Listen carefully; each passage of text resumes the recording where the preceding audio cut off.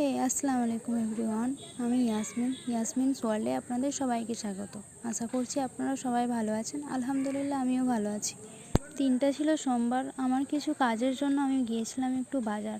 আর বৃষ্টির জন্য আমাদের এখানে রাস্তার অবস্থাটা তো দেখতে পাচ্ছেন, ওই জন্য আর বাড়ি থেকে বেরোতে ইচ্ছা করে না।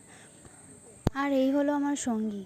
আমার সমস্ত ক্রাইম, সমস্ত ভালো কাজের সাক্ষী হলো এই মানুষটি, যাকে ছাড়া আমার চলেই না। আমার সব বাইরের কাজ পেন্ডিং পড়ে থাকে ও আসার জন্য। ও এলে দুজনে একসাথে বেরোবে। ওরও কিছু কাজ ছিল, ওই জন্যই গিয়েছিলাম। আর এই যে এটা আমাদের গ্রামের হাট, প্রতি বৃহস্পতি আর সোমবার এই হাটটি বসে। এখানে সবজি থেকে আরম্ভ করে জামা কাপড় সবই প্রায় পাওয়া যায়। আমার এই হাটটি তেমন আসা হয় না, তো আমিও ভাবলাম চল তাহলে তুই যখন যাচ্ছিস আমিও হাটটা একটু ঘুরে আসবো, আর আপনাদের সাথেও একটু শেয়ার করা হবে আমাদের গ্রামের এই হাট।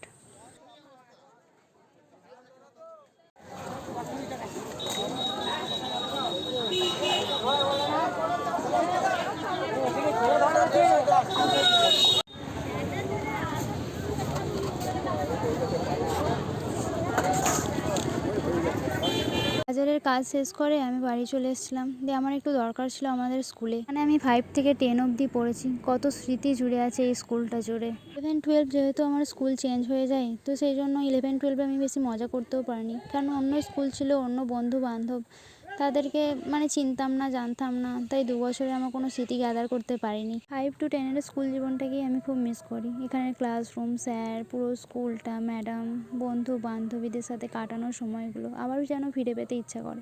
সেভাবে আর স্কুলটায় যাওয়া হয় না, কারণ অনেক স্যার ম্যাডাম রিটায়ার হয়ে গেছে, কারোর ট্রান্সফারও হয়ে গেছে। আর এখন যেই স্যার ম্যামরা আছেন তারা প্রায়ই আমার কাছে নতুন। এই যে এটাই আমার স্কুল। জীবনটা তখনই ভালো ছিল যখন 10টায় বেরিয়ে 4:30টায় বাড়ি ঢুকতাম। তখন বুঝতাম না যে এর পরের জীবনটা এতটা কঠিন হয়ে যাবে।